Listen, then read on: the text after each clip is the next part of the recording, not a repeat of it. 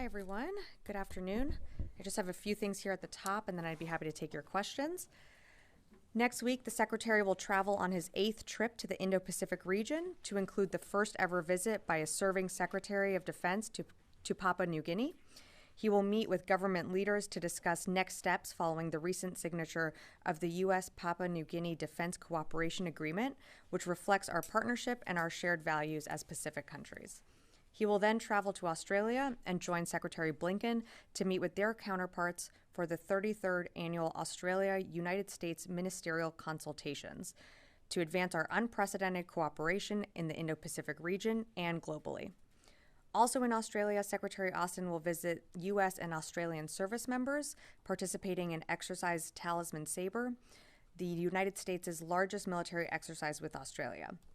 Every stop on the trip will highlight how, since the start of the Biden administration, the United States, its allies, and partners across the Indo-Pacific region have made major investments in their own sources of national strength and their shared ties, driving historic momentum toward a shared regional vision for peace, stability, and prosperity in a free and open Indo-Pacific. Yesterday, the department announced a new security assistance package that included additional air defense capabilities, munitions, and mine clearing equipment totaling $1.3 billion. This USAI package highlights the continued U.S. commitment to meeting Ukraine's pressing requirements by committing critical near-term capabilities while also building the enduring capacity of Ukraine's armed forces to defend its territory and deter Russian aggression over the mid and long term. Switching gears a bit to AFRICOM, U.S. Naval Forces Europe-Africa Force Medical held an event in support of Africa Malaria Task Force on July 17th through 21st in Accra, Ghana. Tactical level individuals from the Ministry of Defense and Ministry of Health and key leaders from 25 partner nations attended with a focus on the emerging threat of malaria. Since its inception in 2011, the task force has brought together scientists and policymakers with demonstrated interest in malaria programs to share resources, strategies, and expertise that would ultimately lead as a catalyst for change.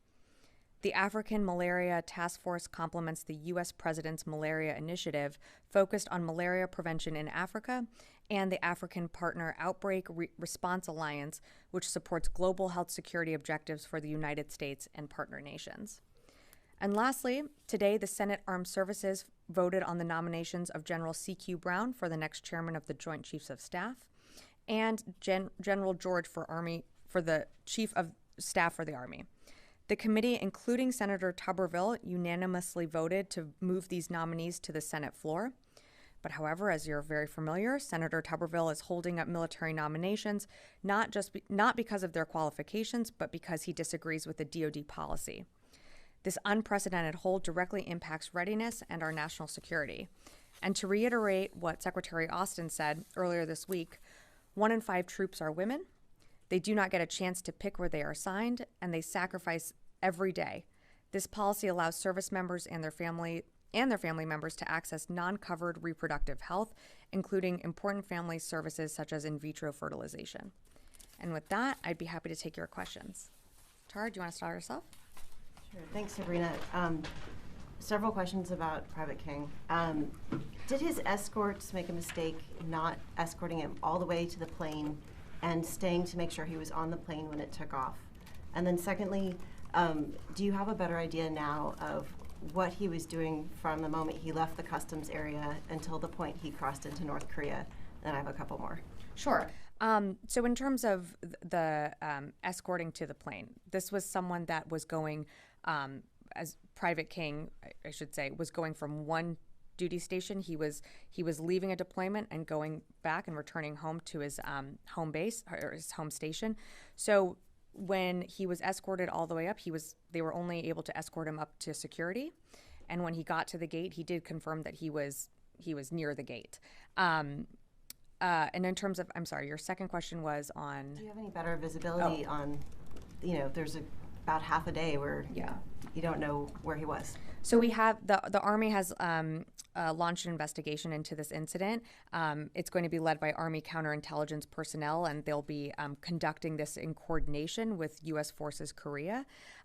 So at this moment right now, I can't tell you more about his whereabouts. That's something that the investigation would reveal. Okay, and then just to see if anything's changed, has North Korea responded to any outreach from either the U.S. or from another country acting on our behalf about his welfare?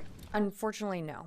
We have not heard any communication or correspondence from the North Koreans on this incident. Yeah, I'll go to Jen. Sabrina, I'm trying to understand still why he was allowed to be unescorted to the gate. He was facing disciplinary measures back here in the States.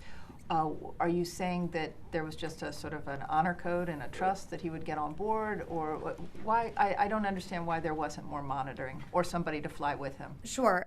Well, he wasn't in custody when he was going through the airport. He was flying home.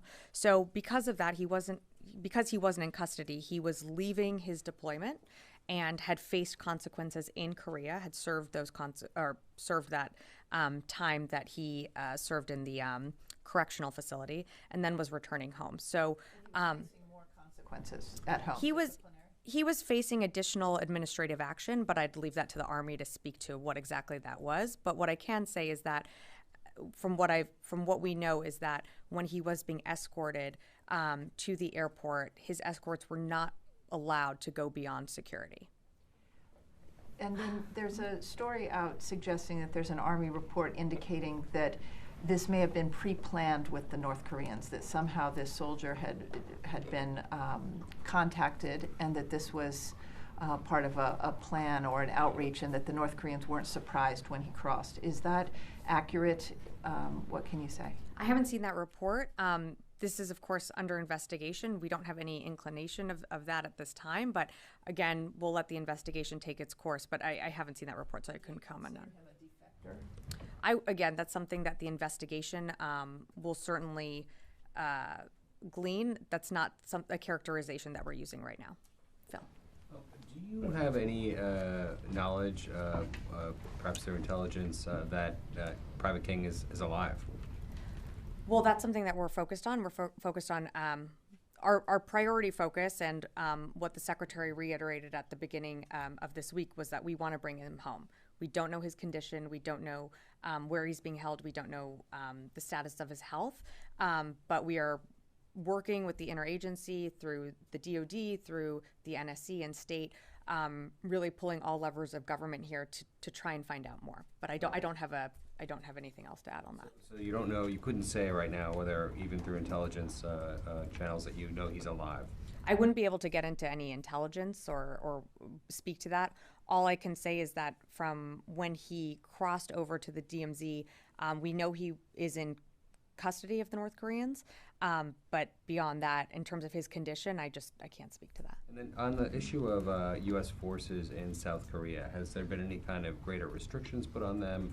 Has anything changed regarding, their freedom of movements when off duty or when they're in travel, themselves? That's a good question for South Korea forces there. I am not aware of any changes to any policy, so I direct you them.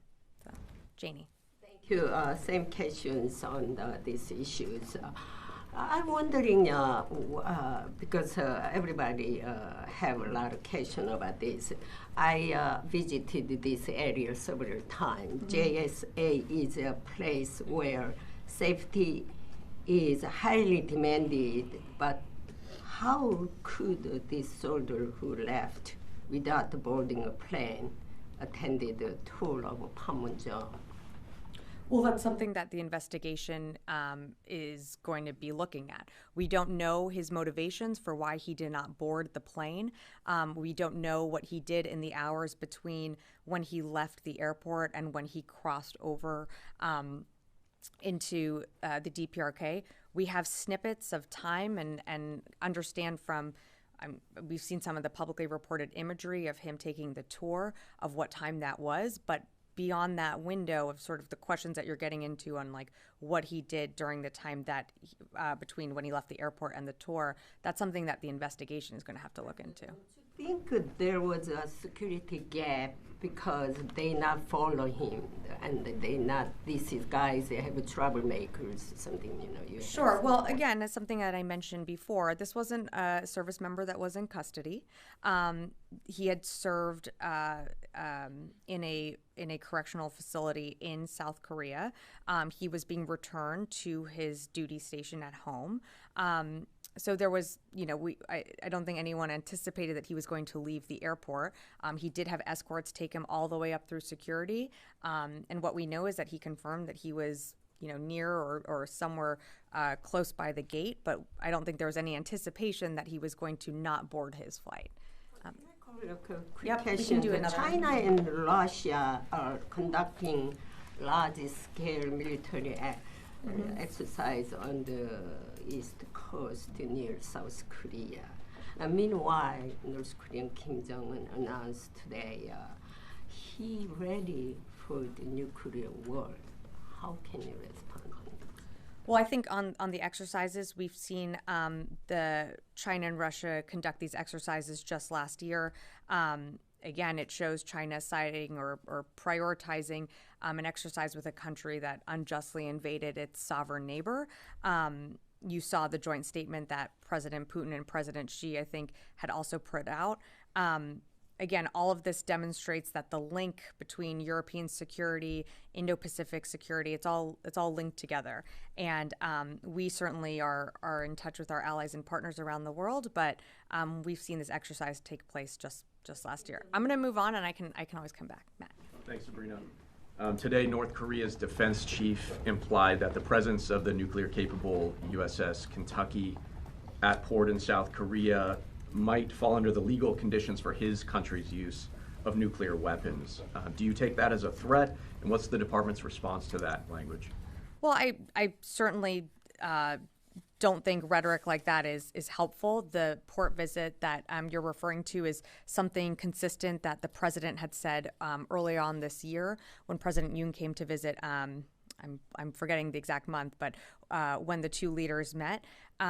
This is something consistent when it comes to strategic deterrence, and it reflects our ironclad commitment to the region. But I wouldn't say that, rhetoric like that, it's incredibly dangerous. We're not there to instigate or to, I'm using a bad expression, but poke the bear. We're there. This is a further deepening of our cooperation with South Korea, and something that was announced during the Washington Declaration. So, again, I would just refer you back to what the president had announced when when President Yoon visited earlier this year.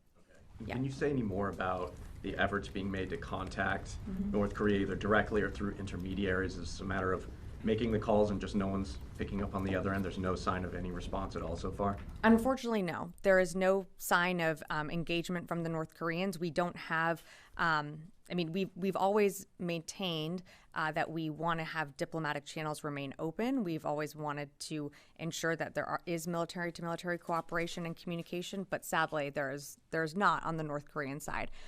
You've heard from my NSC counterparts that there has been engagement at their level to Sweden and other interagency efforts to try and engage North Korea, but we just have not heard back on this issue. Thank you. Yeah, Warren. Just a quick clarification on that. Sure.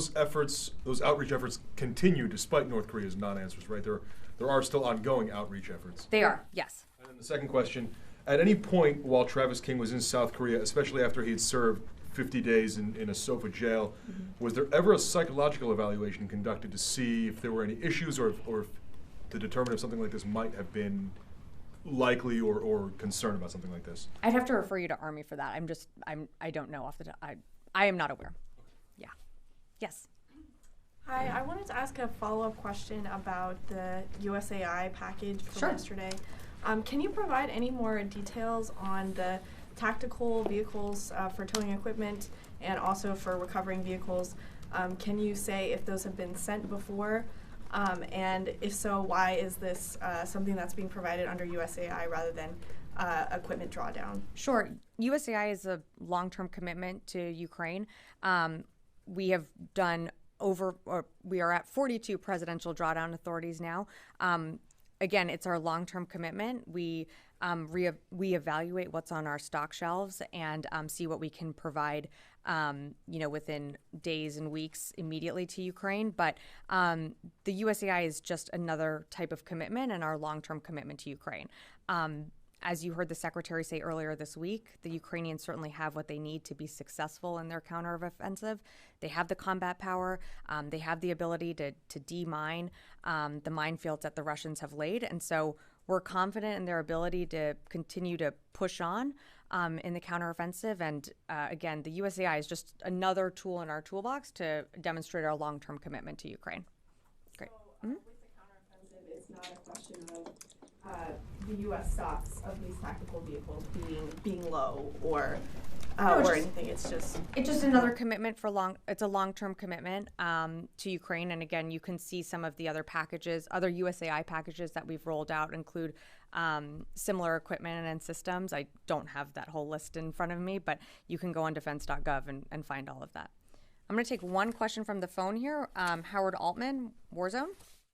Thanks, Sabrina. Ukraine today issued a warning about shipping in the Black Sea. It follows. Can you hear me? We're just going to turn up your volume just a bit. Sorry. Okay. Anyway, can you hear me now? How's that? Anyway, so Ukraine today issued a warning about Black Sea shipping, a follow-on by Russia yesterday. How concerned is the U.S. about shipping in the Black Sea, given this warning, given the tensions, and given there's no naval presence that the U.S. has in the Black Sea, what is being done about that by the Pentagon? Well, we've already seen the ramifications of Russia withdrawing from the grain deal. We're seeing higher global wheat prices all around the world, and we're going to see many countries impacted by Russia withdrawing from the deal, Africa, Latin America, others that depend on this grain all around the world, countries that are food insecure.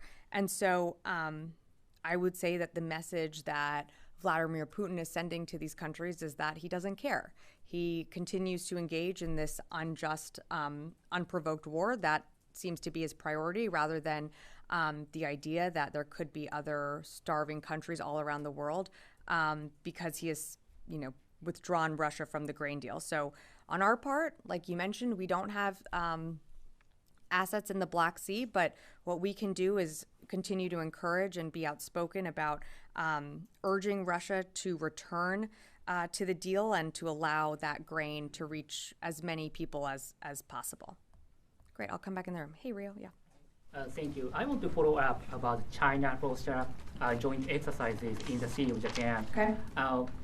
Do you assess they are responding to U.S., Japan, South Korea's closer defense cooperation? Do you characterize their exercises as concerning? Well, we monitor the exercises, but this is something that we saw last year. So again, we've seen that China continues to engage in military cooperation with Russia, despite the fact that it is in its brutal war against Ukraine. So we do monitor, but this is something that we did observe last year. Yeah, no problem. Sorry, yes. Hey, thank you.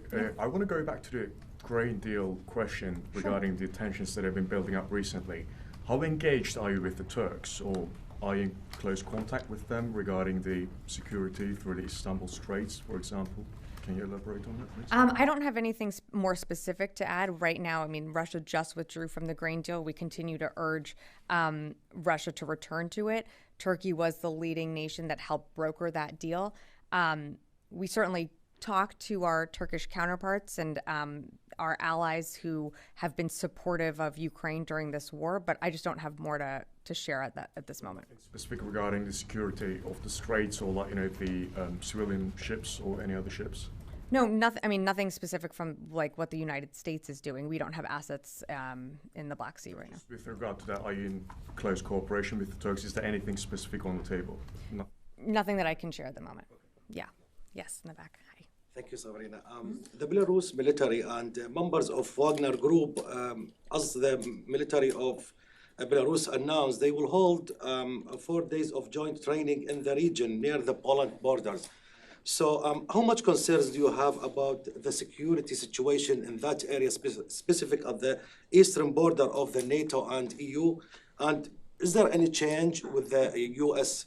troops planning who already they are taken from Poland as a base for them? Thank you.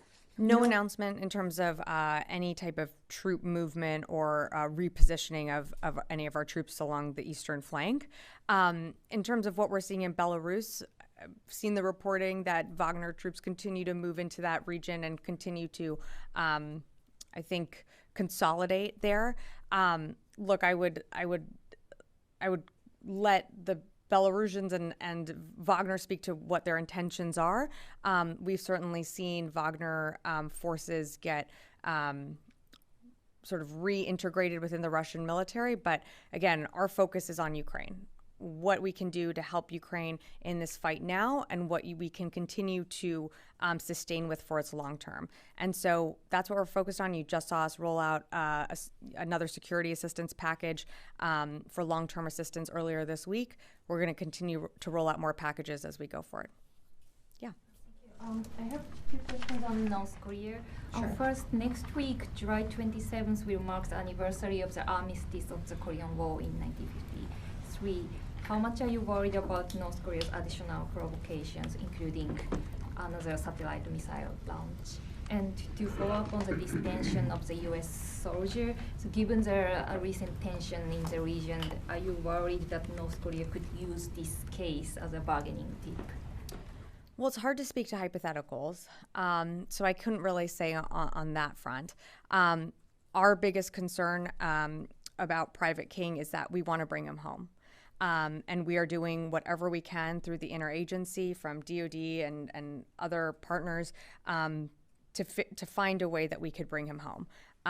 Again, as you heard me say, we have not heard any contact. We have not received any communication back from the North Koreans, but that is something that remains our focus.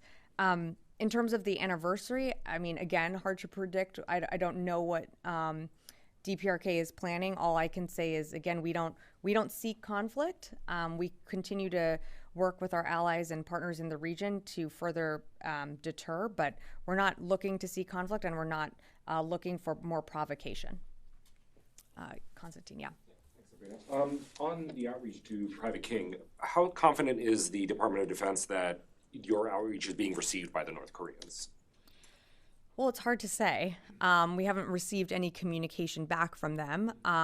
All we can do is continue to communicate both publicly and in private channels. It is, of course, concerning when you don't hear back, but we've never also had engagement with the North Koreans, and they certainly have shut down military-to-military engagement with us at senior levels. So it's not unexpected, but with this case in particular, we are, of course, our priority is to bring an American home. That is what we want to do, so we're going to keep engaging where we can. Yeah, Tara, sure. Can you describe what those private channels are? Are these phone calls? Is it cables? How are you communicating? I would let each agency speak to that. These are pretty sensitive ways of communicating, and I would just leave it at that. Can I put it on? Yeah, I'm going to go to the back, and then I'll come back for one more. Thank you for your time today. I had a quick question regarding the U.S.-Japan ROK Trilateral Summit. Okay. Reported today to take place next month. Can you provide us with any insights into the agenda and the primary objectives of the meeting? And can we expect these meetings to continue later down the line as well? Thanks for the question. I'm just not going to get ahead of anything or any further announcements, so I will not get ahead of that. Sorry, and I have nothing else to provide. Sorry. I'm just going to go to Aaron, and then I'll come back to Janie. So when you say agencies, how many are involved? It's not just the DOD trying to get Private King back. It's DOD, state. Who else? Yeah, this is in our agency. This is collaborative. We don't work in silos. Everyone just keeps referring us as DOD, as Yep. DOD. So it's Well, it is our soldier, but we are certainly working with state and the NSC, both who have incredibly powerful voices all around the world and have counterparts all around the world to lever what we can to engage with North Korea. And unfortunately, we just have not had any successful engagement breakthrough right now. Okay. Yeah, Janie, and then I'll go to Mike. Okay. that Travis King voluntarily defected to the North Korea. But how do you know whether he wanted to stay in North Korea or he doesn't want to come to the United States? I mean, his home. Well, again, Janie, I'm cautious to use that word. That's something that the investigation will yield. What I can tell you is that the soldier's current duty status is absent without leave. That's all I can say right now. It's hard. I can't say what he was thinking at the time. This is a very difficult situation. I can't imagine what his family's going through. All I can say is that our priority is to bring him home. And we are doing everything that we can to do that. All right, Mike. Is Sweden the only country that acts as sort of an interlocutor between the U.S. and North Korea, or are there other countries that the U.S. is reaching out to? I can't speak to other countries, but I know that we have worked with Sweden previously. Sweden on this particular Yes, issue? we are. The NSC spoke to that as well, that we are engaging with the Swedes on this front. Do you know what administrative actions were proposed against him once he got back to Fort Bliss at this point now? I would refer you to the Army for that for more context. All I can say is, he was facing additional administrative action. Article 15 or bad I do conduct not. charge or I do not. I would refer you to the Army for that, who can answer more questions. Okay. And if he was a defector as a private cavalry scout, he probably wouldn't have been privy to much information that North Korea would be interested in, though, right? I mean, we're not. That is not our assessment. This is again something that the investigation will certainly look into, but that is not our assessment at this time. Right now, again, our focus is on bringing him home. Sorry, what is not your assessment? That he is. How did you phrase it? An intelligence liability, or I'm sorry. He was a private E2 cavalry scout. So Right. Sorry, I don't remember exactly how Mike phrased it. But Yep. I'll take two more. Tara and then Louie. Just follow up on, has there been any other communication with the family besides the next of kin? Do they have a case officer that's staying in touch with them about this? That's really a question for the Army. They are the point of contact for the family, so I would defer to them on that. Yeah, Louie. Sabrina, there have been some reports that Ukraine has used the cluster munitions the United States has provided to them. Can you confirm that? And what kind of effect do you expect that they'll have on the battlefield, if that is the case? Yeah, I believe I believe they have started using them. In terms of the effect on the battlefield, I'd really let Ukraine speak to how they intend to employ them. But this is a powerful artillery that we've given them. They have promised to, or have committed to use it responsibly, to keep track of and record where they are using it, so when this war is over, they can begin those demining efforts. But I would let Ukraine speak to more of their operational uses on that front. And these are the ones that are included, that are housed inside of artillery shells, is that correct? That's right. Yeah.